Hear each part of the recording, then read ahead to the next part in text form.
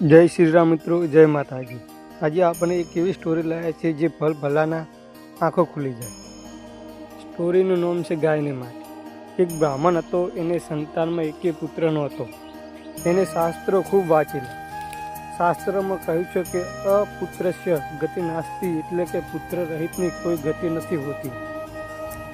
એટલે એનો જીવ પોચવાયા કરતો હતો। અનેક પ્રયત્નો છતાં પુત્ર પ્રાપ્તિ ન થતાં આખરે એને મેલી વિદ્યાનો આશરો લીધો।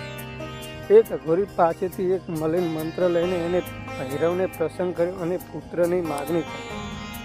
ભૈરવે કહ્યું, તારા ભાગ્યમાં પુત્ર નથી, પણ તે મને પ્રસન્ન કર્યો એટલે મારે તને પુત્ર આપવો પડશે। પણ એ માટે તારે મને ગાયની 5 શેર માટી આપવી પડશે। ગજવાલને અક્કલ ના હોય, બ્રાહ્મણે વગર વિચાર્યે હા પાડી દીધી। બીજા જ મહિને એની પત્નીને ગર્ભ રહ્યો અને 9 મહિને દેવના ચક્કર જેવો દીકરો અવતર્યો। દીકરો થતાં જ કાળ ભૈરવ એની પાસે આવ્યા અને ગાયની માટી આપવાનું વચન યાદ કરાવ્યું। બ્રાહ્મણને હવે ભાન થયું કે કેવું ભયાનક વચન આપી દીધું હતું। એને કહ્યું, દીકરો મોટો થાય ત્યારે આપીશ। દીકરો મોટો થયો। ભૈરવ ગાયની માટી માટે આંટા મારવા લાગ્યો। બ્રાહ્મણ આજકાલ ફરી પાછું ફરી રહ્યો હતો।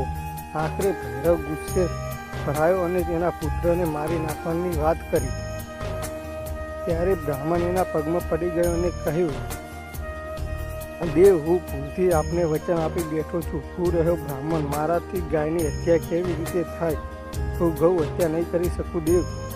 આપને ગાયની માટી નહીં આપી શકું, મને માફ કરો। ભૈરવને બ્રાહ્મણની વાત સાચી લાગી। એને કહ્યું, એક રસ્તો છે। તારી પોળમાં પેલા વાણિયાને ત્યાં લગ્ન હતા। એને એની દીકરી વેચીને પૈસા લીધા છે। જે ઘરની દીકરી પૈસા લે છે, દીકરીના પૈસા લે છે, એ ઘરનું અનાજ માટી બરાબર છે। તું ત્યાંથી અન્ન લઈ આવ એટલે તારું વચન પૂરું થઈ જશે। બ્રાહ્મણ એ વાણિયાના ઘરેથી અન્ન લઈ આવ્યો। ભૈરવ પાસે આવીને થાળી ખોલી તો અંદર પૂરી અને શાકના બદલે માંસના લોચા પડ્યા હતા।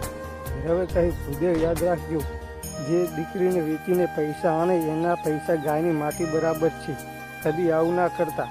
બ્રાહ્મણે 2 હાથ જોડી વંદન કર્યા અને શિખામણ ગોઠે બાંધેલી ચાલતો થયો।